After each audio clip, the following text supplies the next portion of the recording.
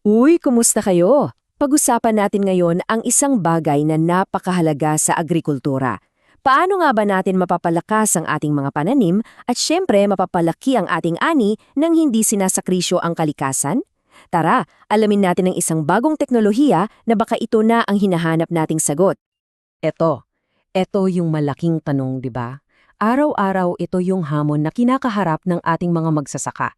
Kasi, sa totoo lang, sa gitna ng pabago-bagong panahon at sa taas ng presyo ng mga abono, kailangan natin ng solusyon na hindi lang epektibo, kundi eco-friendly din.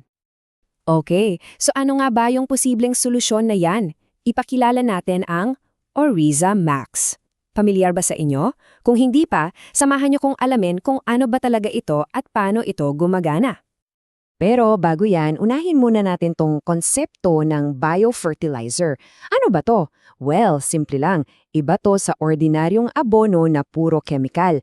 Ang biofertilizer, ang laman niya ay mga buhay na mikrobyo, mga good guys kumbaga, na natural na nagpapataba ng lupa at nagpapalakas sa halaman. At ayan na nga, ito mismo ang Orizamax. Isa itong makabagong biofertilizer. Galing pa ng Korea ha.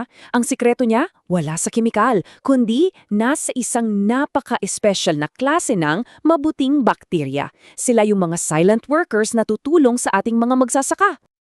At ang pangalan ng bida natin ay Bacillus oryzicola. Tandaan nyo yan ha.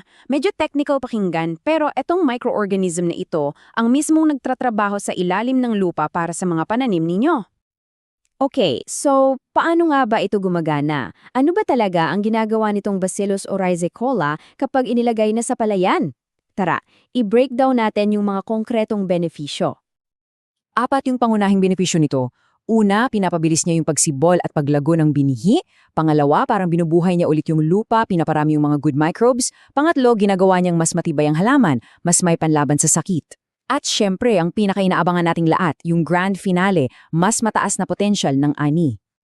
At ito yung buod ng lahat ng yon. Ang goal ng Orizamax ay hindi lang basta dami, kundi kalidad din. Mas matibay na halaman, mas magandang klase ng butil, at ang pinakamahalaga, isang sistema ng pagsasaka na sustainable para sa mga susunod na henerasyon.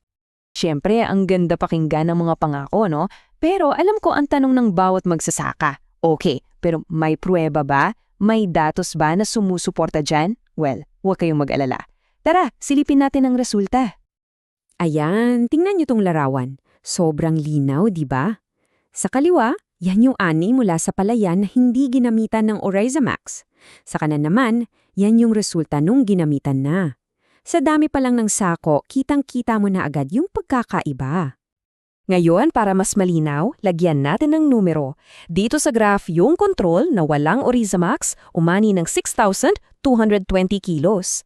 Pero yung bukid na ginamitan nito, umabot sa 7,100 kilos. Grabe, di ba? Halos 900 kilos din yung diferensya. Napakalaking bagay niyan. At kung i-compute natin yan, ano ang ibig sabihin ng mga numerong yon? Ito, isang 14.15% na pagtaas sa kabuuang ani. Yan yung pruweba, yan yung epekto ng Orizamax doon sa test field. Isipin nyo na lang kung gaano kalaki ang maitutulong ng ganyang porsyento sa kabuhayan ninyo. Siyempre, para lang sa tamang konteksto, importante ring malaman na itong mga resultang to ay galing sa isang 5,000 square meter na test field. Ibig sabihin, kontrolado talaga yung mga kondisyon para masigurong ang epekto ng produkto ang nasusukat natin. So ayun, nakita na natin yung mga benepisyo, nakita na natin yung pruweba. Ang susunod na tanong, mahirap ba tong gamitin? At ang magandang balita, hindi. Sobrang simple lang na mga hakbang. Ito ang magiging gabay ninyo, mula sa pagpunla hanggang sa paglaki. Unang-una, sa pagbabad pa lang ng binhi. Tapos, pagkalipas ng 14 na araw, ididilig ito sa lupa. At pangatlo, 10 araw pagkalipat tanim, i-spray naman direkta sa dahon. Ang linaw ng mga sukat at paraan sa bawat yugto, di ba? Sundan nyo lang tong table. At heto pa, ang isang huling tip para masagad talaga ang resulta. Para mapanatili ang epekto, ulitin ang pag-apply kada 4 hanggang 6 na linggo, lalo na't mahalaga ito sa mga critical na panahon ng paglaki ng palay. Diyan yan pinakakailangan. Kaya para tapusin itong ating usapan, iiwan ko kayo sa isang tanong.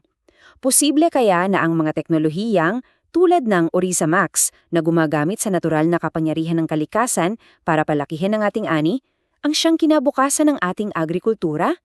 Baka nga ito na ang daan tungo sa isang mas masagana at mas luntiang bukas para sa ating mga magsasaka.